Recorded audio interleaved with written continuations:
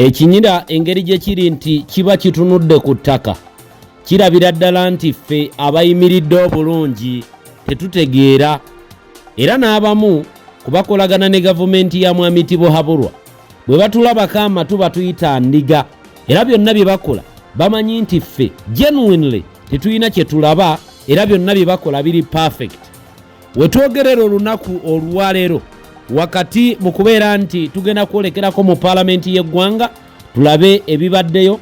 Lop Joel ayongedde okuwanda omuliro eri abalyake nga Anita Anet Among naye amutwaliddemu ayongedde okulambika obubbi obuli mu paalamenti nti bwe buviiriddeko ababaka okubeera nti bafa olw'ebbula ly'obujjanjabi obuva ku muwendo gwali badde kugenda mu malwaliro okudivertingibwa nga gugenda mu birala.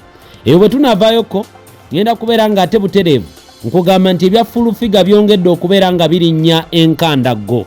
Katumale okutandikira mu katambi kano ak'ebibadde mu paalamenti Lop Joel byayogedde ate nkwongereyo. Unfortunately, again as Honorable Both has mentioned, the Honorable Sarah has passed on just a short while after getting into this office, so she probably has not been able to achieve all that she set out to achieve.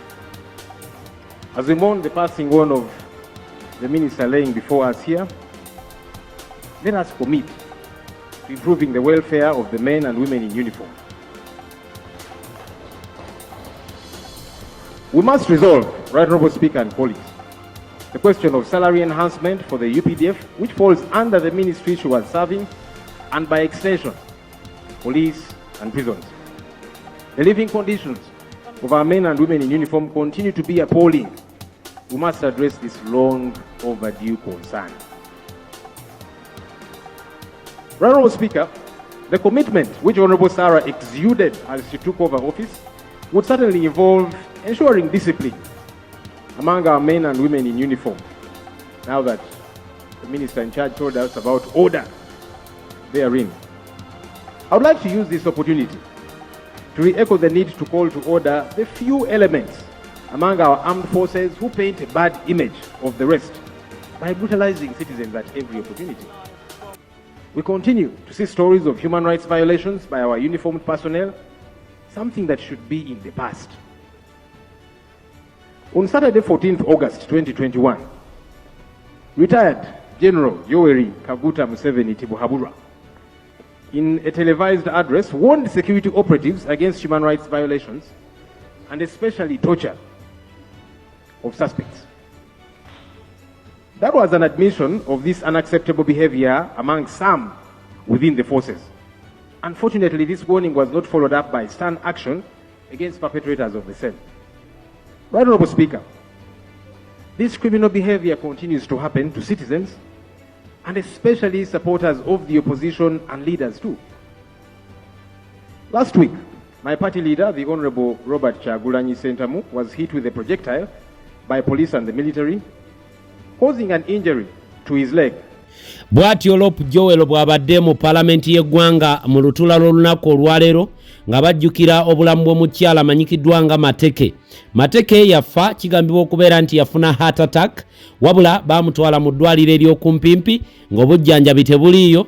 Wakati mu kumwongerayo mu ddwaliro ekkulu ery'eggwanga yafiira wakati mu lugendo. Kitalo nnyo, kitalo ddala. Bw'atyo ye Lop bw'ayogedde ku weekitiibwa Mateke n'abalala bangi n'abagambye nti okufa kwa Mateke kubaafuulire oba kubabeerera ekyokulabirako nti wano mu Uganda buli kintu kyonna bw'obanga teweefuddeeko obujjanjabi okubeera nti tebuliiwo butukakatako ffenna nga bannayuganda, oba oli mubaka wa paalamenti oba toli, oba oli muntu wa bulijjo, byonna n'enguudo embi bitukakatako okubeera nti tubyogerako era bikolweko awo bekikwatako. Lop bw'atyo bw'ayogedde era n'atabukira ab'ebitongole ebyokwerinda abeefuddemu koko mu kulinnyirira n'okutyobola eddembe ly'obuntu. Abagambye bwe mukola bya bwereere era bw'atyo n'ayongera okubalambululira ku bikolobero ebingi ebikoleddwa nga bwe muwulidde. Njagala kubatwala mu katambi kano wabula nga tunnabagendayo katono ebya fulufiga byongera kubeera nga bitabuka. Nabagamba emirundi mingi nnyo bangi abakoledde gavumenti eno wabula mu kugikolera mpaawo kalungi ke bafunyeemu era bafundikira ba regrettinga, bafundikira beevuma olunaku lwe bakolagana nayo. Bangi bafiiriddwa kariya yaabwe, abaana olwaleero bateereddwa abamu ku abo bavuddeyo ne badimitinga nti bikolobero babikola nga bwe nkuwadde mu vidiyo yange gye nfundikidde. Naye ka mbatwale mu bigambo bino oba oliawo nabyo mubiwulire bibeeko kye muyigamu. Nga Honorable Namboze bwe yatuga nti mu NRM mulimu ba useful something, kati ba activating zone useful something, alaga nti omusango gw'Abaganda baffe abasibe aguli wakati okubakozesa confession babate. Kati ye musanyufu alaba kyakola kya ttendo, alowooza abamutumye bamwagala nnyo. Remember, ono yali abavumyeko n'abawemula ebiwemulo byonna olwaliro ne ku internet bikyaliyo, alowooza bamwagala naye bagenda mukubya po abo bw'obavuma. Allah, oba owoze ebbanja oba ojja ddisasula, olaba batomeza po ne bakubya tanka omuntu abakoledde olugwe yali akeddeko n'obavuma. Do you think bakwagala oba bakusetinga gwokozesa abaana ensobi gwobeere nga gwo bafrontinzeeyo nti gwe watomeza abaana? Kati n'abaana bajje bakonfesinge bakakase nti emisango twagizza. Osobola okwesiga omuntu akedde ku makya n'akuvunaana emisango gy'otazza n'omwesiga nti wonookereekya n'ogaa naguzza anaakuta. Bwe kiba nga ekigendererwa kyakuta abaana bano, bulijjo gavumenti ewaaba emisango newaabira abantu ne bagisinga ne bagaa nti gavumenti bagisinze. Ki ekibalobera na guno omusango kubanga gutambudde emyaka gigenda 4 ng'obujulizi tebabulina obukakasa abantu bano ku misango gye bazza? Lwaki tebabaleka? Lwaki gavumenti teyagala bagiwangule? What are they running away from? Badduka kino kye badduka. Kati n'okubeera nga kibadduka ne bw'obala baagala kati okuvuga speed. Remember, Joero mu Okitoba agenda wa baagala kuweweezaako agenda okutuuka okugenda ng'agenze nga waliwo abaana abazze mu kamera ne bagaa nti ffe bano be batukozesa bwe bati ne bwe bati, be batukozesa bino bwe bati ne bwe bati. Babeere nga baweweezezaako kweyembeera wadde ejja kuba teweddewo, but they are running away from this. Kati waliwo akakunizo kenninze ono useful something kyatamanyi nti abaana bano bwe bakeera enkya ne mubateeka mu kamera ne mubakujjako eyo confession yammwe nga bwe mwagalo gye bajjako nga bagamba nti bannabyabufuzi bwe bati ne bwe bati be baatutuma.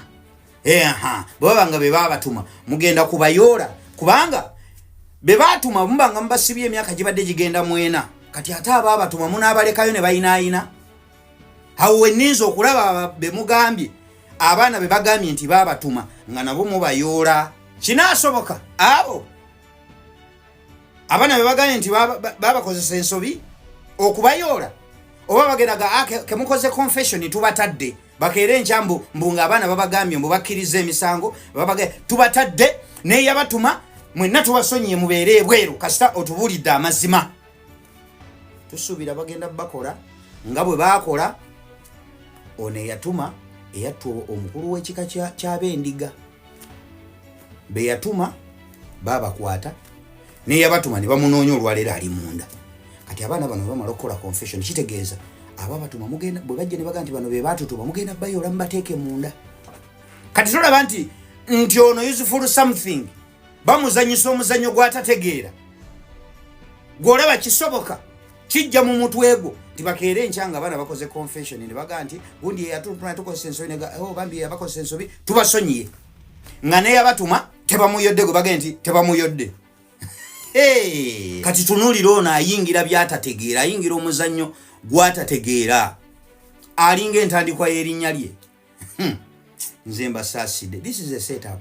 Fenna twagala baganda baffe baveeyo era bakeera enkya nga babatadde fenna ly'essanyu lyaffe naye mulimu ebibuuzo bye twebuuza nti bino binaasoboka. Bakedde enkya ne babaako bye basongako nti gundi ye yatutuma.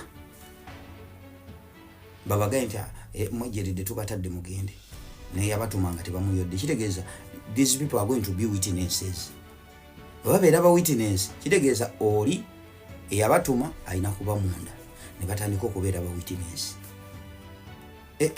Mubiyita byangu nga mubiraba nti bwe banaayogera nga gakale koti eddako mubeere bulungi mweraba salaamu aleikum koti session ziwedde amazima tugategedde musaasaane. Aya Kafika tubitunulye tulabe gye bigenda okugwera ebintu bino. Bano babeesibira, babeekwatira. Byonna era gye bigwera nga babakozeseza confession era byonna buli kimu gyeyongera kuba mitawaana myereere. Nze ndaba ekyandibadde ekyangu. Akere ku makya obujulizi bubuze, abaana tubatadde, babaliyirire. Naye kati guno omusango oguli sayidi eri. Wano wokka weewali embaga wano. Tuleka guno omusango gwe guba kulungutanya guno. Amawati. Kale nno ne bino bikulu oganya okubeera ng'ate obitegeera. Awatali yadde okulandaga, njagala mbikutwalemu nabyo obitegere bulungi era obyote buliro ate oluvannyuma tuddiŋŋane. Programu eno nga bulijjo tutambula ne Sheikh Ashraf omulombi w'edduwa. Munoonyeko ku namba egwe 9 embeera muyita etali nnungi akulombera edduwa embeera ejja kubeera ng'ate efuuka malidaadi. Mbaagala nnyo kambalekere bino mweyongere okubeera nga mumanya nti enjiri enkyukakyuka ffe tulina okugibunya buli wamu. Eina kubeera ku mutima gwaffe, ffe tulina okufaayo kubanga awatali ffe kulwanirira ggwanga lyaffe tewali ajja kulirwanirira. Katubiwulire abankumire. Greetings. I hope everybody is doing okay. Now this is a quick one tugenda kurawo nnyo. Taginga buli muntu abadde yeebuuza butya bwe tugenda okujjako Museveni nga tetukozesezza nkola ye yakuyiwa musaayi. Bangi babadde n'ebibuuzo ebifaananako bwe bityo era bangi nga mitwe gyabwe tebalabawo nkola yonna Museveni bw'asobola genda nga tetuyiye musaayi. Buli abadde akuguza narrative eyo mugamba atule ku eno video. For starters, mu nkola nnyingi banna revolution ze bakozesezza okutopolinga over ba dictator mu nsi zaabwe. Mu approaches nnyingi abalwanyi ze bakozesezza okuddusa emisinde ba dictators mu nsi zaabwe. Omukulembeze waffe e Uganda, His Excellency Robert Kyagulanyi Ssentamu Kabejja Kaguje Kawaje ayina ensonga lwaki mu approaches zonna ez'okujjako nakyemalira we waffe Uganda ya choosinga the non-violent means. Nga mu ekyo revolution ye waffe yagituuma the non-violent revolution. Ensonga ziwerako naye nze ngenda kwanguyizaamu. Ekiruubirirwa ekyokukozesa the non-violent means okujjako nakyemalira e Uganda. For starters, tusinga focusinga ekinuusi kyaffe okunafuya amaanyi ga nakyemalira naye ate mu kaseera ke kamu nga tuwininga over the general public. Kitegeeza tactics ziri bbiri, nafuya nakyemalira naye ate nga bw'omobilizinga bannansi okwegattako kubanga eno revolution amaanyi gayo agasinga okuba amangi geetooloolera ku bantu. Kyova olaba yatuumibwa the people power, amaanyi ag'abantu. Wabula buli muntu abadde yeebuuza mugenda kukikola mutya era muluubirirwa kukikola mutya. Gano ge mazima agakaawa. Oyina okulekerawo okuwakinga from the site no participating. Kati kankulagire ddala bwe tugenda okukikola. Mu ggwanga erya Philippines bakikola bwe bati. For your country!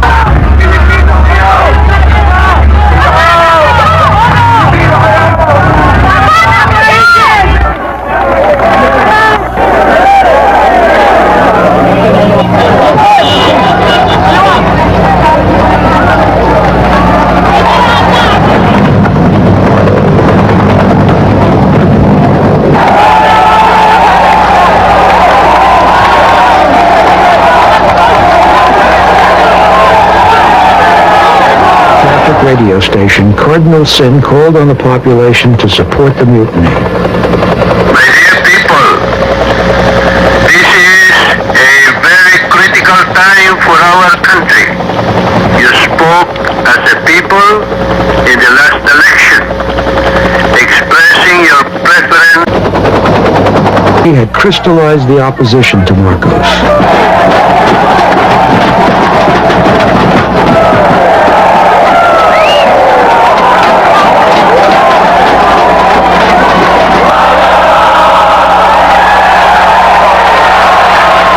There was no way for the crowds to know whether Marcos's forces would shoot, but they remained in the streets day and night.